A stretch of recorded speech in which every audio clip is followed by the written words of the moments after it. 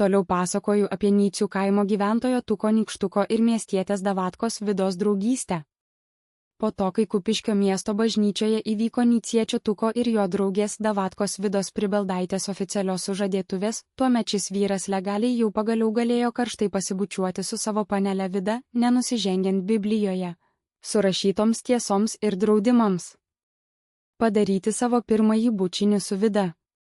Kai jie abu drauge išėjo lauk iš bažnyčios ir Tukas vėl garsiai paprašė bučinio, tuomet Vida jau nebesipriešino prašymui, nebeatsikalbinėjo, o klusniai nuėjo už bažnyčios kampo, kad su savuoju vaikinu nyciečiu pagaliau jie susiliestų lūpomis. Jau vos tik pradėjus bučiuotis, Tukas iškart pajuto malonų karštų merginos lūpų skonį, įsismaginęs paskui net pabandė kištelėti Vidai į jos burną savo liežuvį. Tukui šitas bučiavimasis tikrai patiko, jis tuo net mėgavosi, o tuo tarpu Vida šio bučinio metu elgėsi kažkaip keistai, ją irgi lyg ir traukė tai išmėginti, bet iš kitos pusės ją tarsi kažkas lyg ir kaustė, jai tai buvo visai neįprasta, tad bendrai nelabai ir patiko. Sunku suprasti, kaip su šia Davatka yra iš tikrųjų, ji iki šiol dar visai nebuvo bučiavusi su niekuo, ar tiesiog jau labai seniai nebuvo niekieno bučiuota.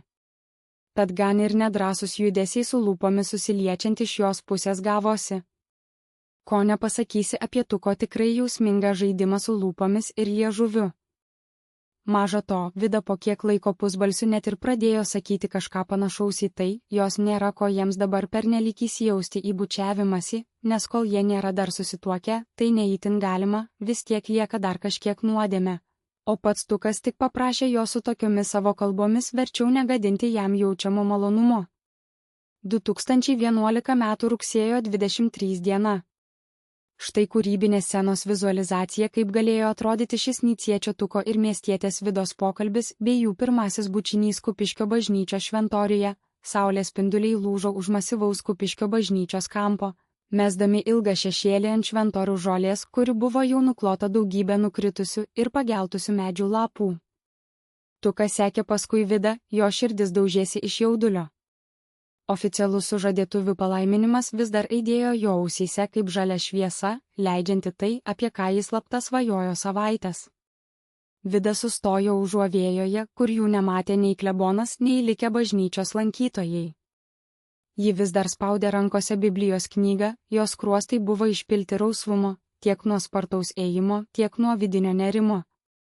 Na Vida, Tukas žengė arčiau, jo balsas buvo duslus ir nekantrus. Dabar jau viskas teisėta. Kunigas palaimino. Duok man tą bučinį, kurio taip laukiau. Vida giliai įkvėpė, jos žvilgsnis lakstė nuo Tuko akių prie žemės. Šventasis raštas jai visada buvo aiški riba, bet dabar po sužadėtuvių tos ribos susiliejo. Gerai, Tukai, pusbalsiu ištarė ji, labiau sau nei jam. Bet tik trumpam. Šventoriuje visgi esame. Ji užsimerkė ir šiek tiek kilstelėjo smakrą. Jos judesys buvo toks visai medinis, pilnas vidinės kovos tarp baimės nusidėti ir noro pažinti tai, ką žmogiška. Tukas nelaukė. Jis palinko į priekį ir prispaudė savo lūpas prie Vidos. Merginos lūpos iš pradžių buvo vėsios ir tvirtai suspaustos, tačiau Tuko karštis greitai jas sušildė. Jam tai buvo laisvės ir triumfo akimirka. Ir išsyk nejučia jis tuo pat metu iškart savyje suvokė žinojimą, kaip seniai šitokio artumo su moterimi nebuvo visai turėjęs, prisiminė tuoj aiškiai, kaip karštai ir be ribų jis kadaise bučiuodavosi su savo buvusia žmona, Kiežiete Ingrida. Pajutęs švelnų lūpų skonį, Tukas įsismagino, jo judesiai tapo drąsesni, jausmingesni.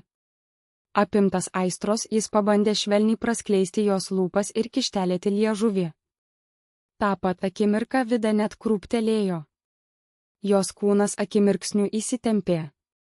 Tai buvo visiškai nauja, nepažinta ir gąsdinanti patirtis. Nors giliai viduje mergina traukė šis nepažįstamas saldumas, jos protas ir ilgus metus puoselėtas davatkiškas santūrumas suveikė kaip stabdys. Ji tik buvo mačiusi trumpai per televizorių filmų, kaip ten aktoriai laisvai bučiuojasi, žodžiu, daro tai, kas pačiai jos dogmų buvo giliai uždrausta. Ji nežinojo, ką daryti su savo lūpomis, jos judesiai buvo nedrąsūs, sutrikę, tarsi ji būtų pamiršusi, kaip kvėpuoti. Tai buvo pirmasis jos gyvenimo bučinys, o galbūt pirmasis po tiek metų, kad praeitis atrodė įsitrynusi. Vida švelniai padėjo rankas Tukui ant krūtinės ir nežymiai jį pastūmė, atsitraukdama per kelis centimetrus. Jos visas kūnas truputį net virpėjo nuo sukilusios įtampos. Jos lūpos blizgėjo, o kvėpavimas buvo dažnas. Tukai, palauk, per daug tik jau neįsijausk, pusbalsiu beveik pašnibždomis prabilo ji, taisydamasi striukės apykaklę. Nėra ko mums dabar pernelyg įsijausti į tą bučiavimąsi. Kol dar nesame susituokę, tai ne itin galima. Vis tiek lieka dar kažkiek nuodėmė. Šventoji dvasia mus stebi. Jie akimi žvilgtelėjo kažkur aukštyn. Tukas sunkiai iškvėpė orą, jo veide pasimatė lengvas susierzinimas sumišęs su palaimos likučiais. Jis vėl suėmė ją už rankų. Vida, na kas čia dabar vyksta, kad taip kalbi, na neverta dabar, paprašė jis, jo balsas buvo pilnas melsvo priekaišto. Negadink man ir savo šito malonumo su tokiomis kalbomis. Mes sužadėtiniai. Leisk man tiesiog pasidžiaugti tavimi. Vida pažvelgė į jį, jos akyse grūmėsi griežta moralė ir bundantys jausmai šiam Nycių kaimo vyrui, o aplinkui ošia ramios Kupiškio bažnyčio šventoriaus liepos, metančios žemyn savo geltonus lapus. Bet kai tik Tukas darsyk vėl pabandė savo lūpas priglausti prie sužadėtinę tapusios miestietės lūpų, tai syk baimingai nusuko savo išraudusi veidą šalin, su delnu prisidengė lūpas ir baimingu balsu negarsiai ištarė, ne, daugiau gal nebereikia to. Užteks, man nėra labai jauku, juk mus visą laiką šiuo metu atidžiai stebi Dievas, Aš geriau nuo pratęsimo susilaikysiu. Aš eisiu jau namo ir tu gali važiuoti į Nycius. Sudiev, Tukai. Pasimatysim dar,